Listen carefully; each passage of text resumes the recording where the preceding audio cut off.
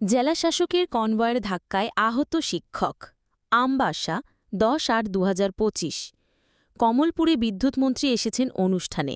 আমবাসা থেকে যাচ্ছিলেন ধলাই জেলার জেলাশাসক বিবেক এইচবি। তবে জেলাশাসকের কনভয় দ্রুত গতিতে চলছিল। হঠাৎ সুধারাম এলাকায় বাঁক নেওয়ার সময় উল্টো দিক থেকে আসা এক বাইক চালককে ধাক্কা মারে। সঙ্গে সঙ্গে বাইক থেকে ছিটকে পড়ে যায় বাইক চালক। জেলাশাসকের কনভয়ে থাকা পুলিশকর্মীরা আহত ব্যক্তিকে ধলাই জেলা হাসপাতালে নিয়ে আসে। বর্তমানে আহত ব্যক্তির চিকিৎসা চলছে। জানা যায় আহত ব্যক্তি ডলুছড়া এসবি স্কুলের শিক্ষক নির্মল দেবনাথ। ঘটনার সম্পর্কে অন্য একজন শিক্ষক এবং কনভয়ের গাড়ি চালক বিস্তারিত বলেন। দেখুন বিস্তারিত। কমলপুরের সময় রাস্তা যাইতে সময় টার্নিংয়ের মধ্যে হয়ে গেছে, আমি যাইতেছি কিন্তু এই সময়ের মধ্যে ফট করে দেখছি। তাই কি আসলো? তাই না কি আসলো? বাইকে আচ্ছা, বাইকে আসলো, সাইডে আসলো তাই না? তাই না মোটামুটি সাইডে আসলো, আমি আমার সাইডে আসলাম কিন্তু একটু ওই তার বাঘটা নিতে গিয়ে সেটা সামনাসামনি হয়ে গেছে। মুখোমুখি সংঘর্ষ সামনের মধ্যে এমন সাতটা হবে। কোন জায়গাটা? এটা জায়গাটা তো সঠিক মানে নালি সুধারাম। আপনারা কোন জায়গায় যাইতে আসলেন? ডিএম স্যারের কনভয় না? আজকে এখানে একটা কি আটক করেছিলেন? এটা কি ইন্ডিয়ান নাকি? প্রথমে নাম কি, তার কোন রাজ্যে থাকে, আর প্রধানমন্ত্রীর নাম কি, ভারতের প্রধানমন্ত্রীর নাম কি বুঝতে পারছে না। তারপর তাই গেলাম পশ্চিমবঙ্গের মুখ্যমন্ত্রী কেটা এই জানে না, আর থানা কই কিছু বুঝতে পারে।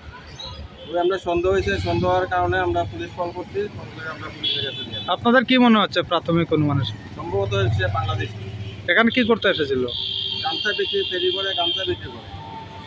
তার নাম হয়েছে নি? তার নাম কি? তার নাম তো তিনবারে তিনটে নাম। তিনবারে সঠিক নাম কোনটা তো?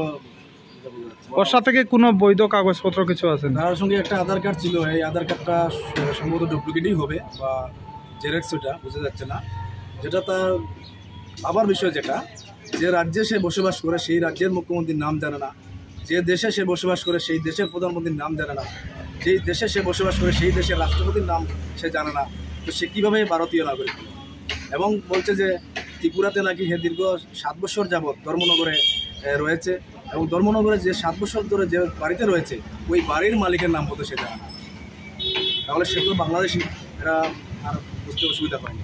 তাই আমরা 3জন মিলে তাকে এখানে আটক করেছি এবং প্রশাসনের সাথে যোগাযোগ করে আমরা পুলিশের হাতে হস্তান্তর দিয়ে দিয়েছি। কি চাইবেন এখন আপনার? প্রশাসন এবার এখন সঠিকভাবে তদন্ত করবে, করে যদি বাংলাদেশি হয় তাহলে প্রশাসন পদক্ষেপ নেবে, প্রশাসনের বিষয় বাকিটা। Thank you. বীরভূম ডিস্ট্রিক্ট। নাম কি তোমার? সেলিম শেখ। কই আসলা এখানে? এই যে গামছা বিক্রি করছে স্যার। তোমার বাড়ি কোনা না? বাড়ি হয়েছে আমাদের, বললাম তো স্যার, বর্ধমান। ভারতের তুমি ডিস্ট্রিক্ট কোনটা? ডিস্ট্রিক্ট কোনটা?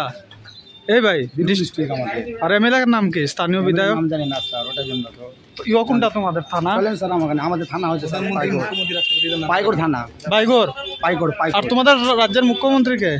ওটা জানি না স্যার। মুখ্যমন্ত্রী জানো না? না স্যার, ওটা প্রধানমন্ত্রী কে? জানলে স্যার চলেন, আমারই চলে যাবেন। কোথায় প্রধানমন্ত্রী কে?